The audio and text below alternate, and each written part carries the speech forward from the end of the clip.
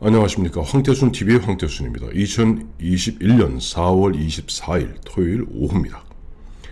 문재인 대통령, 다른 분야 마찬가지입니다만 특히 코로나19 정부 대응 평가가 사실 지난해 2월부터 시작해서 한 14개월 중에서 늘 보면 긍정평가가 높았습니다. 딱 한 번을 제외하고는.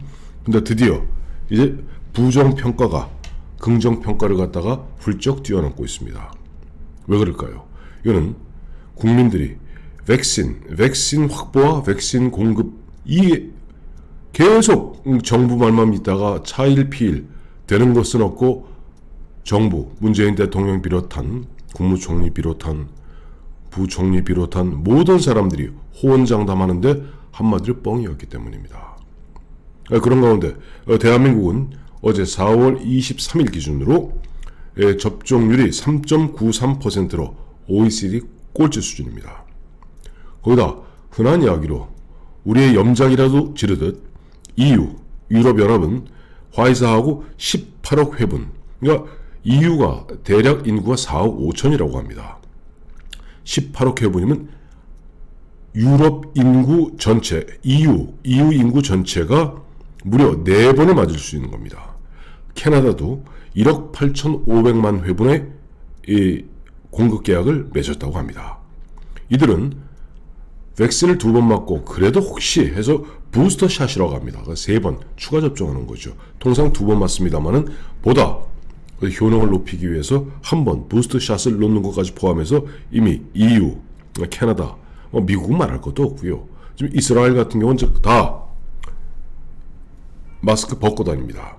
이런 가운데 여전히 대한민국은 지난해 한 해 동안 문재인 대통령 이른바 K방역 자랑에 무려 1억 달러, 즉 1200억의 돈을 쏟아부으면서 K방역 자랑했고, 김정숙 씨는 K방역 때문에 대한민국 국격이 높아졌다라고 얼마 전에 이야기했죠.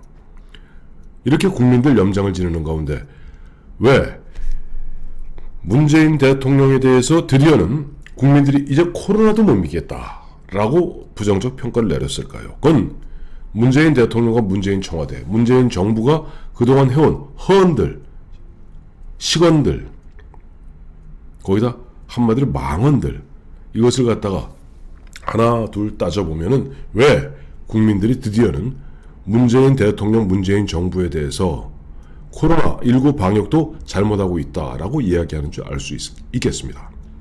우선 도표를 하나 보여드리겠습니다. 이 도표를 보시면은 확연히 드러나죠? 보면 2020년 2월 27일 그때 잘한다가 41, 못한다가 51, 지금하고 거의 수준이 비슷합니다. 이때 바로 마스크 대란이 났던 바로 그 시점입니다. 그리고 3월 초에 들어서 3월 3일인가 3월 4일 문재인 대통령이 대국민 사과를 하게 되죠. 다시 한번 더 보여드리겠습니다.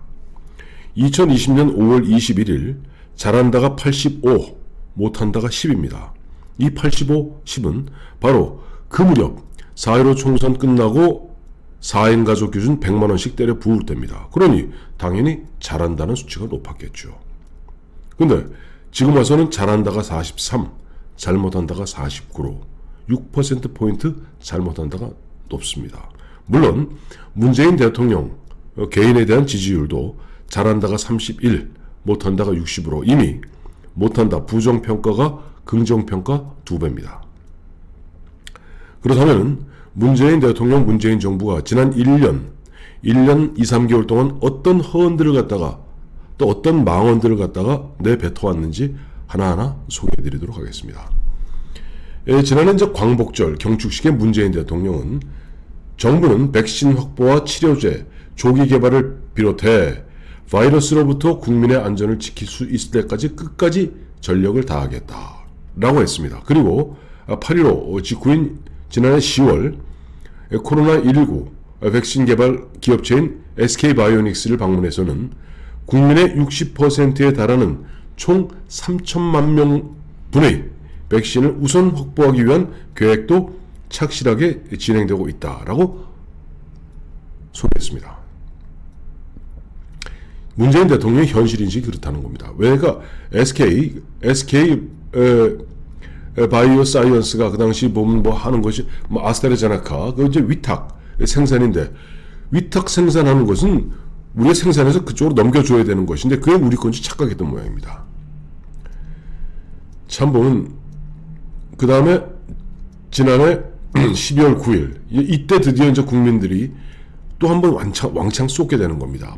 이러한 일들이 겹치고 겹쳐서 이번 4월 7일 서울시장, 부산시장 보궐선거에서 문재인 정부를 박살낸 거죠. 코로나19 수도권 방역 상황 긴급 점검회의에서 드디어 백신과 치료제로 긴 터널의 끝이 보인다. 참 기도 안 찬 이야기죠. 백신과 치료제로 긴 터널의 끝이 보인다. 정부는 4,400만 명분의 백신 물량을 확보했고 어디 갔습니까? 얼마 전에도 고민정이라는 그 친구 있죠. 그 고민정 의원이 4,400만 명분 백신 확보 경축 플래카드까지 걸었습니다만 그 어디 갔습니까? 4,400만 명분. 지금 기도 안 찬 이야기죠. 내년 2, 3월이면 즉 올해 2, 3월이면 초기 물량이 들어와 접종이 시작될 수 있게 될 것이다. 백신 4,400만 명분은 우리 국민의 집단 면역에 충분한 양이다. 죄송합니다만 지금 내년 상반기가 돼도 집단 면역 지금 거의 어렵다는 것이 전문가들의 공통적 의견입니다. 참 민심에 불을 찔렀죠. 그리고 이 친구들이 무슨 짓을 하냐 하니까 이제 그때 보면 야당에서는 계속 이 백신 문제를 갖고 왜 백신 문제에서 우리 김오란 씨라고 있잖아요. 뭐 이 사람이 보면 그 당시에도 그러지 않았습니까? 자, 우리가 뭐 저 파이자나 모더나한테 그렇게 아쉽게 그렇게 보면 우리 백신의 구입에 매달릴 필요 없다. 오히려 다른 나라에서 먼저 접종하는 것이 우리에게는 흔한 일 축복이다.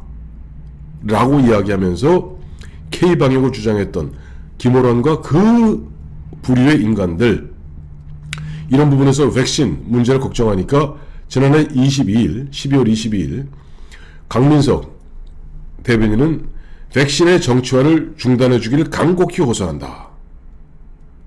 참 기가 막힌 이야기입니다. 백신의 정치화 그 문제 아니 백신을 시급하게 정부가 빨리 들어와야 될 거 아니냐 왜 이렇게 차일 피일 미루면서 서로 핑퐁 치면서 백신 구입에 박차를 가하지 못하느냐 하는 문제를 백신의 정치화라는 식으로 매도했던 그런 자들입니다. 그 12월 28일이죠. 그 다음날 그러니까 강민석이 이야기하고 6.15에 수보회의에서 우리나라가 백신을 충분히 확보하지 못했다거나 접종이 늦어질 것이라는 염려가 일각에 있다. 사실이 아니다. 그러면서 이때 이렇게 문재인 대통령 이야기하고 나니까 뭐 김어준을 비롯한 이런 친구들이 나와서 뭐 백신 접종이 늦어질 것이다 하는 가짜 뉴스라는 식으로 매도하고 공격하기 시작합니다. 그리고 그날 저녁 모더나 최고 경영자하고 직접 통화했다면서 백신 1,000만 명분을 추가로 계약했다. 라고 그야말로 뻥을 쳤습니다. 거기다가 한 걸음 더 나가서 올해 연초에는 치료제가 상용화된다면 치료제 아직 개발도 못했는데요. 대한민국은 방역, 백신, 치료제 세 박자를 모두 갖춘 코로나 극복 모범 국가가 될 수 있다. 백신은 충분히 빨리 도입되고 있고 또 충분한 물량이 확보됐다. 집단 면역의 형성 시기 이런 면에서 한국은 결코 늦지 않고 오히려 더 빠를 것이다. 올 1월 18일 신년 기자회견에서 한 헛소리입니다. 망언이죠.